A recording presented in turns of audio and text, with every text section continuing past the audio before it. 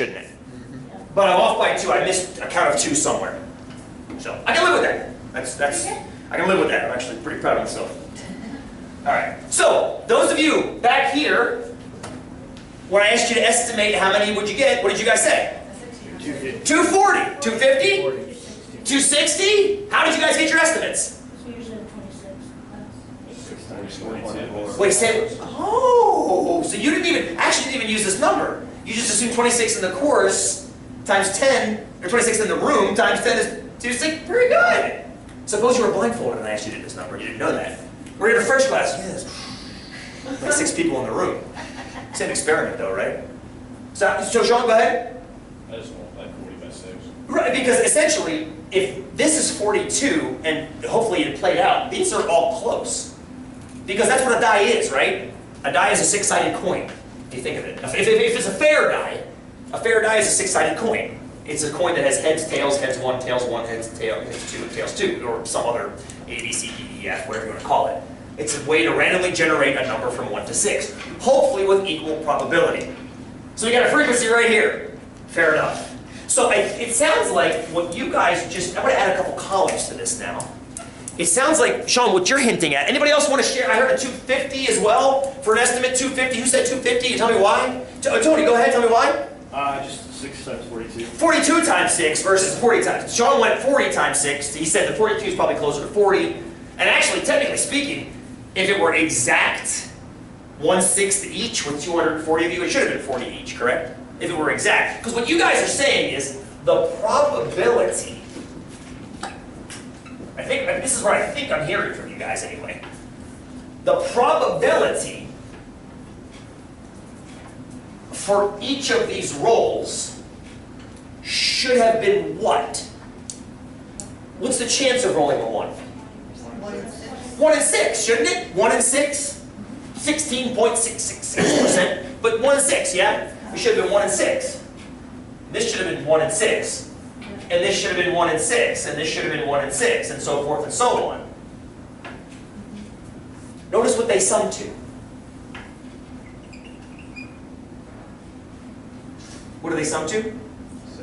6 out of 6, which is 100%. I use a little bit of a shortcut here, P of X. That is often how probabilities are denoted for shorthand reasons. It's the same notation you guys have in your projects, P and then parentheses and then a description of the event. So X would simply be, oh, X, it's 1 pip, 2 pips, 3 pips. So it allows the argument of the probability to vary as well as the probability itself. Fair enough? So did we get 1/6 with our data? I mean, ish. We got ish that, right? How close did we get? So what this is, I want to call this the theoretical probability. Yes? The theoretical probability. Theoretical probability. This is what we're expecting from a die that makes sense, that a die that is behaving properly. What did we get? Well, statistics actually has a phrase for what we can calculate.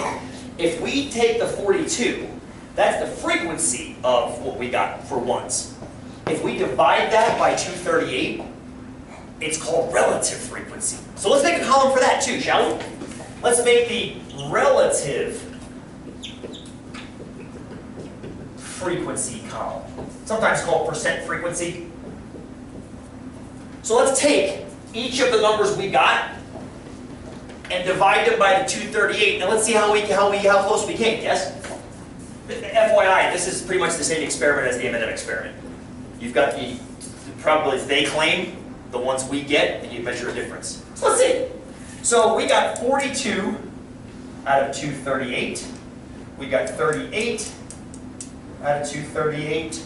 We got 40 out of 238. 30 out of 238. 41 out of 238. 47 out of 238. Now to get this, are you guys just going, you're just in your TI, just banging them out? Perfect, yeah. Perfect. I can show you guys a shortcut if you want, but it sounds like you're half done anyway, so we'll get the shortcut some other time. All right. What's 42 out of 238 as a, give me a decimal to, how about 2 places? Point what? 0.18. Beautiful. Next one. Is it still 0.18? 0.16. Oh, 0.16. It actually drops that much. Just the 4. So this guy's going to be 0.17, I'm assuming. Does it say for between? No. This guy's going to be, 113. yeah, this one's going to drop quite a bit. 41's going to be pretty between these two. Yeah, it says it's 1722, but it's. Oh, we'll go 17 then. That's fine. Just trying to get a little bit accurate. And 47 is going to be above, so 19? 20. 20 gets as high as 20. Yeah. What does that add up to? 34, 51, 64, 81. No, I'm adding something wrong. Your 20 is- Oh, that's 101. 20 is not 02, it's 20. Yes, I'm here all week. Yes, I have 2 math degrees. 20 is 20. Whew. Okay, back to this. 34, 51, 64, 81, 101. That's okay. I can live with that because we have rounding error. We rounded all those things off. Some of them were a little bit off more than others. I can live. It should theoretically get to, because okay, exactly 100%. I guarantee if we added a few more decimals, it would have been fine. So I can live with that error. So it should be that these sum to the exact same thing 100% of the time. Because 100% of the time, you have to get either a 1, a 2, a 3, a 4, a 5, or 6. And if you add those numerators, it of course adds the 238.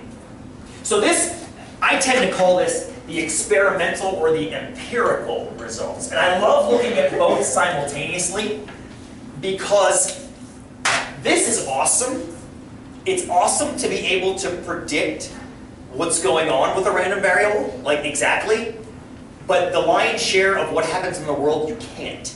You have to do it by observation. For example, when you flip a single coin, what's the chance of getting heads? 50. It's 50-50. Why is it 50-50? One side's tails. Good, because you have heads and tails, right? There's There's 2 sides.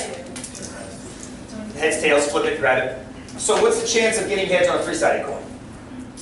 33. 33 to 3rd. 1 and 3, right? So what I had my dad do, because I'm a freak, is I had him build me a 3-sided coin, or 5. Because what I wanted to do, there's something that you take for granted in your mind with probability that isn't always true. You take for granted that a coin is 50-50 because it's got a head side and a tail side. It's not just that there's a head side and it's a tail side. There's 2 sides that are equally likely to show up. Right? Because all of those coins right there have 3 sides. Every one of those 5, you guys can't see that. So you got 5 little cylindrical coins. What I base these coins off of, the size of a quarter. So they are as wide at the top as a quarter is. Okay? And then what I did was I made them have varying depths. Because the 3rd side, I want it to be the outside. I think a nickel, if you flip a nickel, every once in a while a nickel will land on its edge. Like every once in a blue moon will land on its edge. But a quarter usually won't because it's kind of convex. It'll roll over rather than land. So I said, well, I don't know how wide to make the side. So this one is as tall as it is wide. This one is 0.57 as tall as it is wide. I forget what that one was all about. This one's half as tall as it is wide. This one's 0.35 as tall as it is wide. And this one is a quarter as tall as it is wide. Now, all of these have a reason, some of which I forgot. The 0.25, I know what the reason is for 0.25. 0.25, if you calculate the area of the circle on the top, it's the same as the area of the edge. Same equal areas. So then I wanted to test the theory, is equal area mean equal probability? Guess what? It doesn't. It doesn't. Because the physics involved in a coin flip get in the way. So the other ones, as tall as it is wide was just simply because it was like a no-brainer and a half. One of these I had a reason for, and I forget what it is. One of them was actually a solution posted by an old mathematician from the 30s named John von Neumann. So I tested them all, but then I realized there's a problem. How do you flip a 3-sided coin? Right? If you think about it, if you flip it like this, aren't you biasing it against that 3rd side? You're flipping it along the axis that's rotating the 2 sides, but you're kind of ignoring the 3rd side. So how do you think you flip one of these things? And it's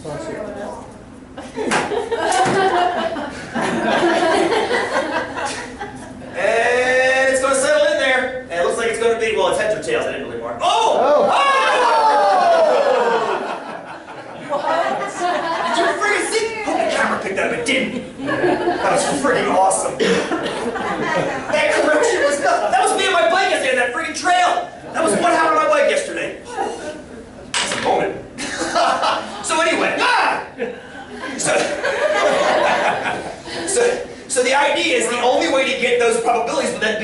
flipping like that, and then flipping out when that happens, I guess. And then you know, like, oh, I did it again. Okay, big deal.